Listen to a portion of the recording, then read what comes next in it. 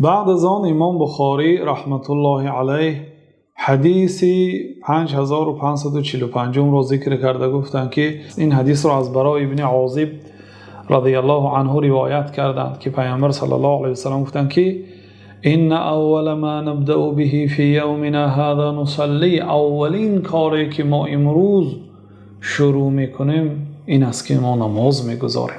اولین عملی که روز عید قربان میکنیم ما اول نماز میگذاریم، یعنی نماز عید قربان را که واجب است، حتمی هست خواندنش.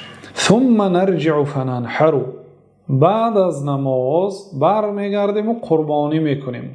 بعد گفتن که من فعله فقط اصاب سنتا، یعنی کسی که همین گونه اجرا کند، اول نماز عید خواند سپس رفته قربانی کند، در حقیقت طبق سنت ما عمل کرده است، یعنی طبق راه و روش ما عمل کرده است. و من ذبح قبل، و کسی که پیش از نماز عید قربانی کند فانما هو لحم، این فقط یک گوشتی هست که قدمه لاهله، برای اهل و عائله‌اش پیشنهاد کرده است، پیشکش کرده است، یعنی تحفه کرده است. این یک گوشت است، یک گوشت حلال است، نه عبادت. چه خیلی که انسان در غیر قربانی، در غیر روز عید قربان، فقط برای اینکه حاجت و گوشت دارد، یک چاروایی را که الله تعالی حلال گردانیده است قربانی میکند، ذبح میکند و آن را میخورند همچون یک گوشت.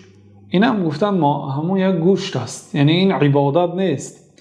لیس من النسک فی شیء، بعد از آن تأکید کردند که این یگان ذره عبادت حسابیده نمیشه. ببینید عبادت وقت و ساعت دارد.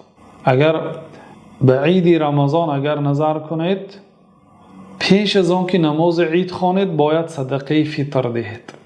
اگر بعد نماز عید دهید صدقه شما قبول نیست. فهی صدقه من الصدقات، صدقه از جمله صدقه ها هست، لیکن صدقه فطر شماریده نمیشه.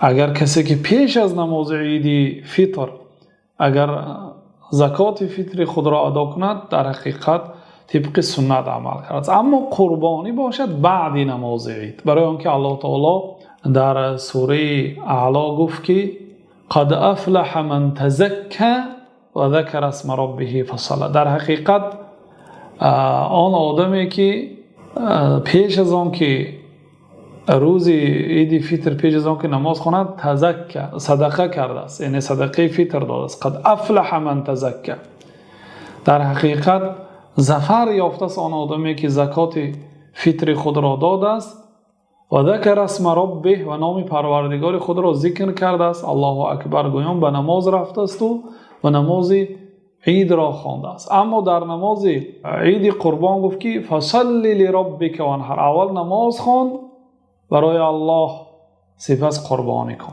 بنابراین در عید قربان اول نماز گذاشته می شود، سپس قربانی کرده می شود. و وقتی که جناب رسول الله صلی الله علیه و سلم این سخن را ذکر کردند، ابو برده ابن نیار در بعضی نسخه ها ابن تیار نوشتند. این غلط است، ابن نیار است با کسر نون.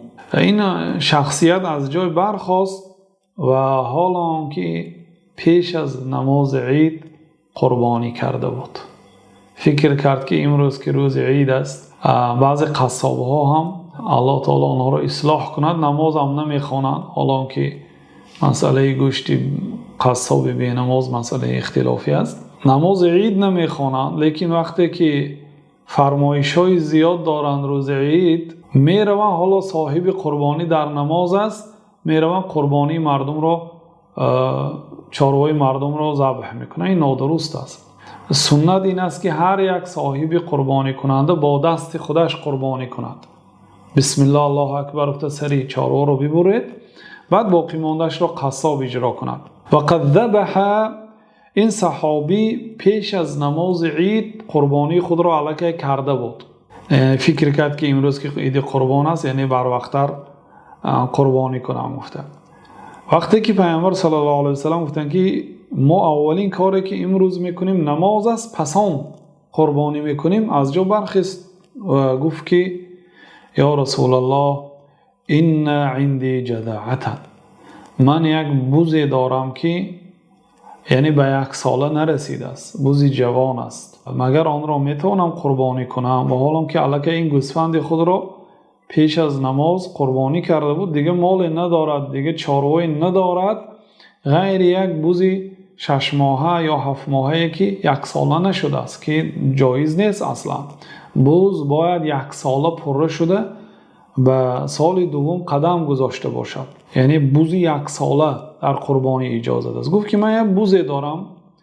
که 6 ماهه یا 8 ماهه است، مقصد به سن 1 سالگی نرسیده است. فقال اذبحها، جناب رسول الله صلی الله علیه وسلم قربانی کن گفتند. ولن تجزی عن احد بعد، لیکن بعد تو به یگان کس اجازت نیست. بنابراین بعضی علما گفتند که این خاص به همون صحابه است، فقط برای آن جناب رسول الله صلی الله علیه وسلم اجازت دادن، گفتند که بعد تو به یگان کس اجازت نیست که بوزی به سن 1 ساله نارسیده را قربانی کند. مطرف از عامر از برا در دیگر حدیث روایت کردند که پیامبر صلی الله علیه وسلم گفتند که کسی که بعد نماز قربانی کند در حقیقت قربانیش درست است، مکمل است و اصاب سنت المسلمین، و طبق سنت مسلمان ها عمل کرده است.